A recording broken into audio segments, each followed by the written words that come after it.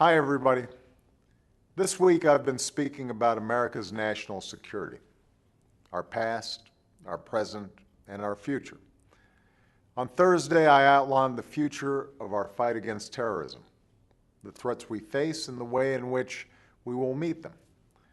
On Friday, I went to Annapolis to celebrate the extraordinary young men and women of the United States Naval Academy's class of 2013, the sailors and Marines who will not only lead that fight, but who will lead our country for decades to come.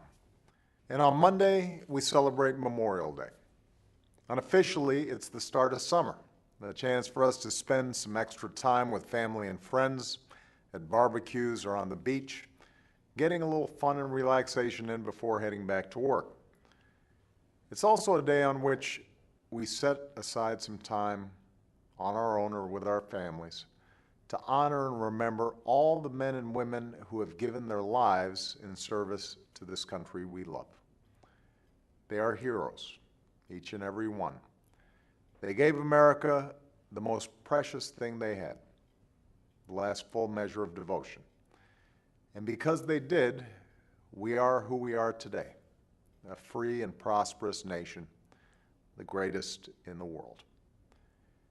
At a time when only about 1% of the American people bear the burden of our defense, the service and sacrifice of our men and women in uniform isn't always readily apparent. And that's partly because our soldiers, sailors, airmen, Marines, and Coast Guardsmen are so skilled at what they do. It's also because those who serve tend to do so quietly. They don't seek the limelight. They don't serve for our admiration or even our gratitude. They risk their lives, and many give their lives, for something larger than themselves or any of us, the ideals of liberty and justice that make America a beacon of hope for the world. That's been true throughout our history, from our earliest days when a tiny band of revolutionaries stood up to an empire, to our 9/11 generation, which continues to serve and sacrifice today. Every time a threat has arisen, Americans have risen to meet it. And because of that courage, that willingness to fight and even die, America endures. That is the purpose of Memorial Day, to remember with gratitude the countless men and women who gave their lives so we could know peace and live in freedom. And we must do more than remember. We must care for the loved ones that our fallen service members have left behind. We must make sure all our veterans have the care and benefits they've earned and the jobs and opportunity they deserve. We must be there for the military families whose loved ones are in harm's way, for they serve as well.